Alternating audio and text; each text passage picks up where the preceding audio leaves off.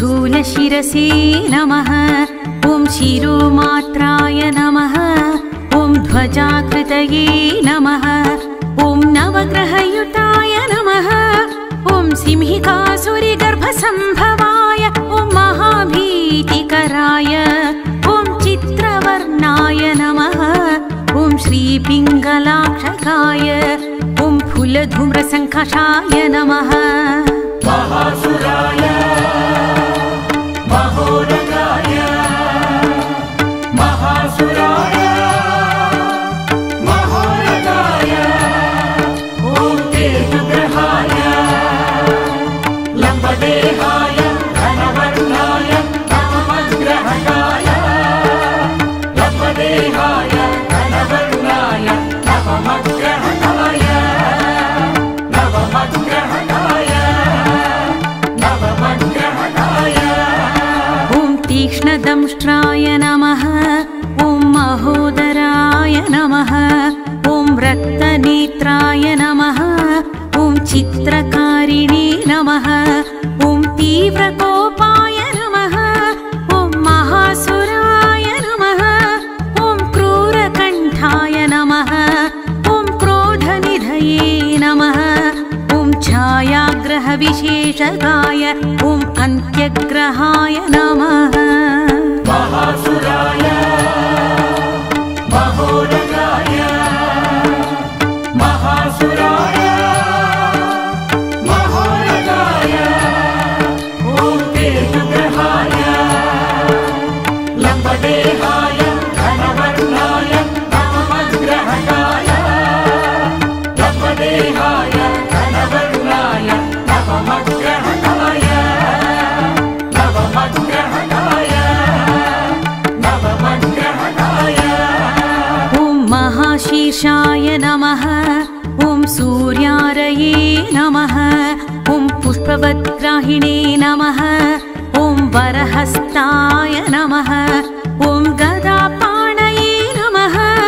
ॐ चित्रवस्त्रधराय नमः ॐ चित्रध्वजपताकाय ॐ घोराय नमः ॐ चित्ररथाय नमः ॐ शिखिने नमः महासुराय महोदगाय महासुराय महोदगाय ॐ तेजग्रहाय लम्बदेहाय घनवर्णाय नवमग्रहकाय लम्बदेहाय घनवर्णाय नवमग्रहकाय ॐ कुलुत्थभक्षकाय नमः ॐ वैडूर्याभरणाय ॐ उत्पातजनकाय नमः ॐ शुक्रमित्राय नमः ॐ मन्दसखाय नमः ॐ गदाधराय नमः ॐ नाकपतये नमः ॐ अन्तर्वेदीश्वराय ॐ जैमिनिगोत्रजाय नमः ॐ चित्रगुप्तात्मने नमः महासुराय महोदगाय महासुराय महोदगाय ॐ तेजग्रहाय लम्बदेहाय घनवर्णाय नवमग्रहकाय लम्बदेहाय घनवर्णाय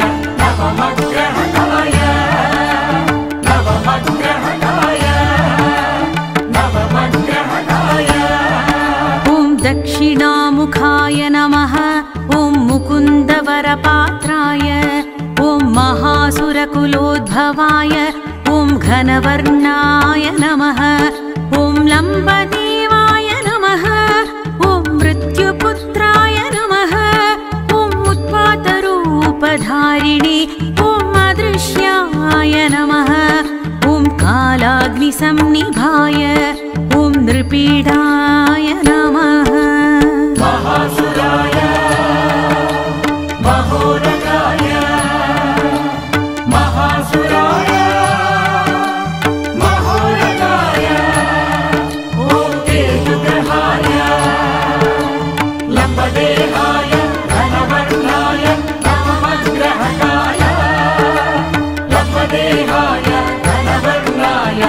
नवमग्रहकाय नवमग्रहकाय नवमग्रहकाय ॐ ग्रहकारिणि नमः ॐ सर्वोपद्रवकारकाय चित्रप्रसूताय नमः ॐ अनलाय नमः ॐ सर्वव्याधिविनाशकाय ॐ अपसव्यप्रचारिणे नमः ॐ नवमे पापदायकाय ॐ पञ्चमे शोकदाय ॐ उपरागखेचराय ॐ आदिपुरुषकर्मणे नमः महासुराय महोदकाय महासुराय महोदकाय ॐ तेजुग्रहाय लम्बदेहाय घनवर्णाय नवमग्रहकाय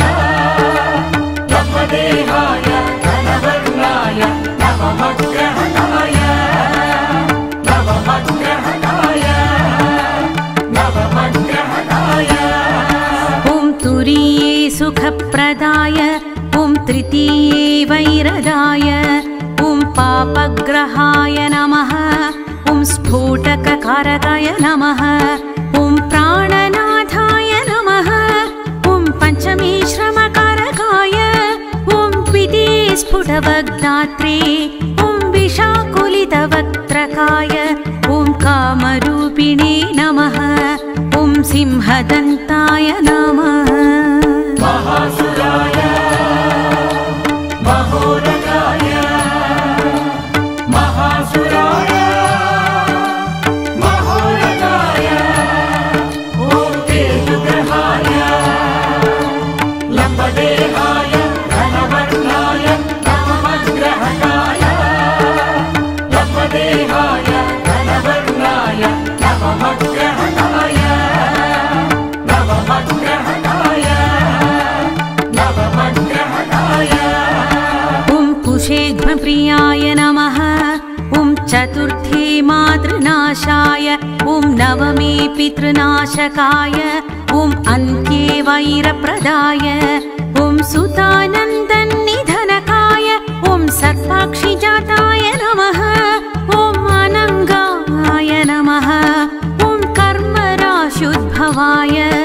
ॐ उपान्ते कीर्तिदाय ॐ सप्तमे कलहप्रदाय महासुराय महोदकाय महासुराय महोदकाय ॐ तेजुग्रहाय लम्बदेहाय घनवर्णाय नवमग्रहकाय लम्बदेहाय घनवर्णाय नवमग्रहकाय नवमग्रहकाय नवमग्रहकाय ॐ अष्टमे व्याधिकर्त्रे ॐ धने बहुसुखप्रदाय ॐ जननी रोगदाय ॐ ऊर्ध्वमूर्धजाय नमः ॐ ग्रहनायकाय नमः ॐ पापदृष्टये नमः ॐ खेचराय नमः ॐ शाम्भवाय नमः ॐ अशेषपूजिताय नमः ॐ शाश्वताय नमः महासुराय महोदकाय महासुराय महोदकाय ॐ तेजुग्रहाय लम्बदेहाय घनवर्णाय नवमग्रहकाय लम्बदेहाय घनवर्णाय नवमग्रहकाय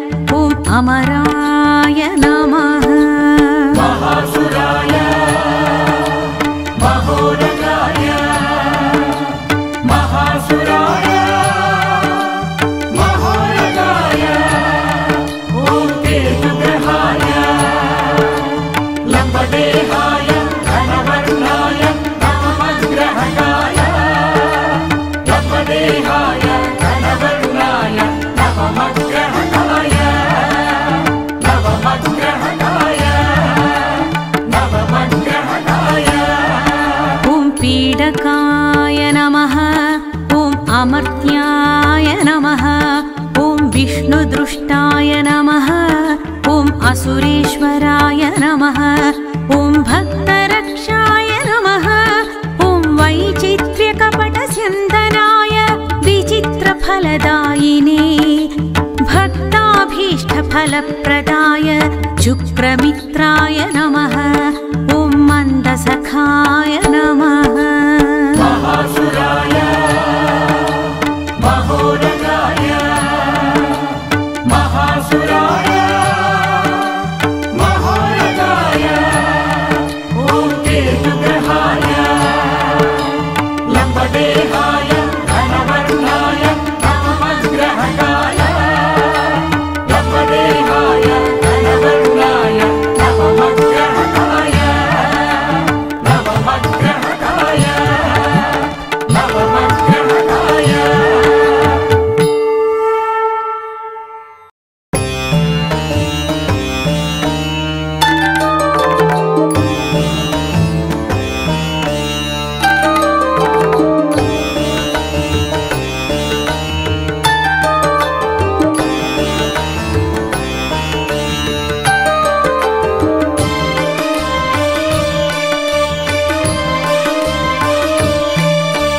केतवे नमः ॐ स्थूलशिरसे नमः ॐ शिरोमात्राय नमः ॐ ध्वजाकृतये नमः ॐ नवग्रहयुताय नमः ॐ सिंहिकासुरिगर्भसम्भवाय ॐ महाभीतिकराय ॐ चित्रवर्णाय नमः ॐ श्रीपिङ्गलाक्षकाय ॐ फुलधूम्रसङ्कषाय नमः महासुराय महोरगाय महासुराय महोरगाय ॐ केतुग्रहाय लम्बदेहाय घनवर्णाय नवमग्रहकाय लम्बदेहाय घनवर्णाय नवमग्रहकाय नवमग्रहकाय नवमग्रहकाय ॐ तीक्ष्णदंष्ट्राय नमः ॐ महोदराय नमः ॐ रक्तनेत्राय नमः ॐ चित्रकारिणे नमः ॐ तीव्रकोपाय नमः ॐ महासुराय नमः ॐ क्रूरकण्ठाय नमः ॐ क्रोधनिधये नमः ॐ छायाग्रहविशेषकाय ॐ अन्त्यग्रहाय नमः महासुराय महोरगाय महासुराय महोरगाय ॐ केतुग्रहाय लम्बदेहाय घनवर्णाय नवमग्रहकाय लम्बदेहाय घनवर्णाय नवमग्रहकाय नवमग्रहकाय नवमग्रहकाय ॐ महाशीर्षाय नमः ॐ सूर्यारये नमः ॐ पुष्पवद्ग्राहिणे नमः ॐ वरहस्ताय नमः ॐ गदापाणये नमः ॐ चित्रवस्त्रधराय नमः ॐ चित्रध्वजपताकाय ॐ घोराय नमः ॐ चित्ररथाय नमः ॐ शिखिने नमः महासुराय महोरगाय महासुराय महोरगाय ॐ केतुग्रहाय लम्बदेहाय घनवर्णाय नवमग्रहकाय लम्बदेहाय घनवर्णाय नवमग्रहकाय नवमग्रहकाय नवमग्रहकाय ॐ कुलुत्थभक्षकाय नमः ॐ वैडूर्याभरणाय ॐ उत्पातजनकाय नमः ॐ शुक्रमित्राय नमः ॐ मन्दसखाय नमः ॐ गदाधराय नमः ॐ नाकपतये नमः ॐ अन्तर्वेद वेदीश्वराय ॐ जैमिनि गोत्रजाय नमः ॐ चित्रगुप्तात्मने नमः महासुराय महोरगाय महासुराय महोरगाय ॐ केतुग्रहाय लम्बदेहाय घनवर्णाय नवमग्रहकाय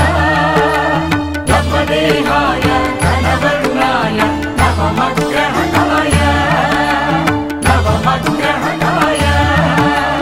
नवमग्रहकाय ॐ दक्षिणामुखाय नमः ॐ मुकुन्दवरपात्राय ॐ महासुरकुलोद्भवाय ॐ घनवर्णाय नमः ॐ लम्बदेवाय नमः ॐ मृत्युपुत्राय नमः ॐ उत्पातरूपधारिणे ॐ अदृश्याय नमः ॐ कालाग्निसंनिभाय ॐ नृपीडाय नमः महासुराय महोरगाय महासुराय महोरगाय ॐ केतुग्रहाय लम्बदेहाय घनवर्णाय नवमग्रहकाय लम्बदेहाय घनवर्णाय नवमग्रहकाय नवमग्रहकाय नवमग्रहकाय ॐ ग्रहकारिणि नमः ॐ सर्वोपद्रवकारकाय चित्रप्रसूताय नमः ॐ अनलाय नमः ॐ सर्वव्याधिविनाशकाय ॐ अपसव्यप्रचारिणे नमः ॐ नवमे पापदायकाय ॐ पञ्चमे शोकदाय ॐ उपरागखेचराय ॐ आदिपुरुषकर्मणे नमः महासुराय महोरगाय महासुराय महोरगाय ॐ केतुग्रहाय लम्बदेहाय घनवर्णाय नवमग्रहकाय लम्बदेहाय घनवर्णाय नवमग्रहकाय नवमग्रहकाय नवमग्रहकाय ॐ तुरीये सुखप्रदाय ॐ तृतीये वैरदाय ॐ पापग्रहाय नमः ॐ स्फोटककारकाय नमः ॐ प्राणनाथाय नमः ॐ पञ्चमे श्रमकारकाय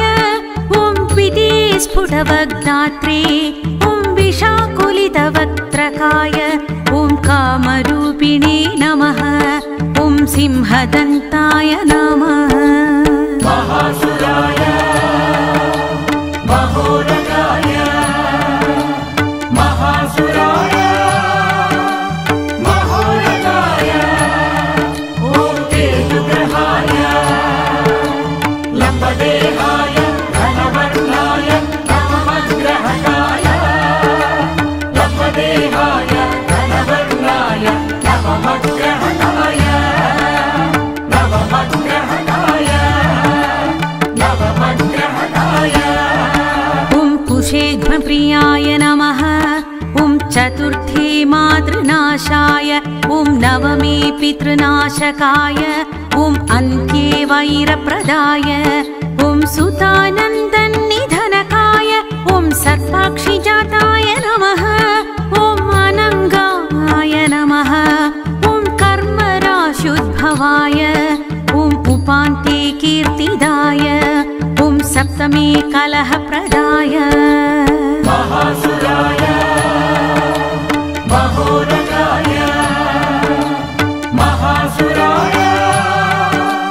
महोरगाय ॐ केतुग्रहाय लम्बदेहाय घनवर्णाय नवमग्रहकाय लम्बदेहाय घनवर्णाय नवमग्रहकाय नवमग्रहकाय नवमग्रहकाय अष्टमे व्याधिकर्त्रे ॐ धने बहुसुखप्रदाय ॐ जननी रोगदाय ॐ ऊर्ध्वमूर्धजाय नमः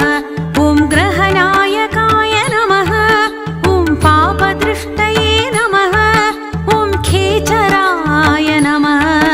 ॐ शाम्भवाय नमः